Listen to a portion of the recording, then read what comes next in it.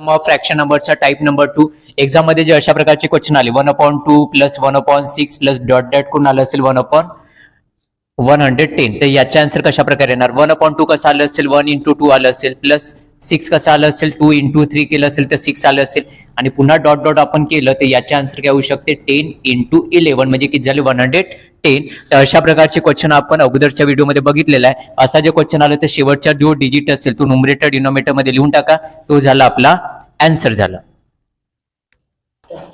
पुन्हा एकदा बघा असे क्वेश्चन कशा प्रकारे सॉल्व्ह करायचे 1/2 कशा प्रकारे आलं असेल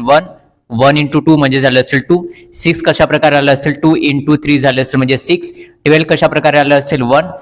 3 × 4 आपण केलं तर 12 आणि अशाच प्रकारे आपण जे डॉट डॉट डॉट केलं आणि जे 72 आपण पाहिलं तर 72 कसं असेल 8 × 9 म्हणजे झाले 72 आणि अशा प्रकारची जे शृंखला आली असेल तर आपल्याला माहितीच आहे शेवटची जो डिजिट आलेला असेल तो न्यूमरेटर डिनोमिनेटर मध्ये लिहून टाका म्हणजे हे झाले आपले आन्सर झाले म्हणजे अशा सोप्या ट्रिकद्वारे तुम्ही असे क्वेश्चन सॉल्व्ह करू शकता सम ऑफ फ्रॅक्शन नंबरचे आणखी कोणकोणते व्हेरियंटचे टाईप येतात ते आपण नेक्स्ट व्हिडिओमध्ये जाणून घेणारच आहोत त्यामुळे जास्तीत जास्त चॅनलला सबस्क्राईब करा धन्यवाद